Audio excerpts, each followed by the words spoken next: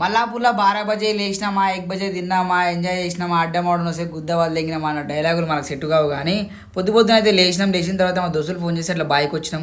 బాయ్కి వచ్చిన తర్వాత నేను ఒకటి ఫిక్స్ అయినా, బాయ్లో కూర్చొని ఒకటి ఫిక్స్ అయినా, ఈ జిందగీలా మీకు ఒక చిన్న టిప్ చెప్తా వినండి. సొసైటీని సీరియస్ గా తీసుకోవద్దు.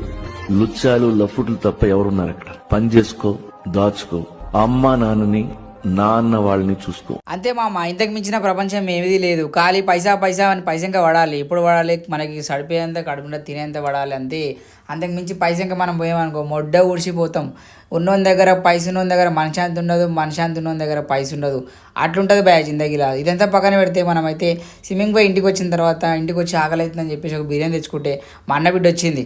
మా అన్న బిడ్డ నన్ను చూసి కిందికి పైకి వచ్చి ఆ బాబాయ్ నేను కూడా తింటా బాబాయ్ అంటే సీదా పైకి తీసుకొని వచ్చి ఇంత బిర్యానీ పెట్టి చెరిసేపు మాట్లాడి అట్లా కొంచెం ఇట్లా చిల్లయి బాబాయ్ దూపు అవుతుంది అంటే కొంచెం పెరుగు తాపించి అట్లా ఈరోజు డేట్ అయితే ఎంజాయ్ చేసినాం. ఈరోజు అయితే మనం మందు తాగలే అని చెప్పేసి కొంచెం డిసప్పాయింట్ అయినాం. బట్ నో ప్రాబ్లం దోస్తులు, లైఫ్ని సీరియస్ తీసుకోకండి, ఎంజాయ్ చేయండి.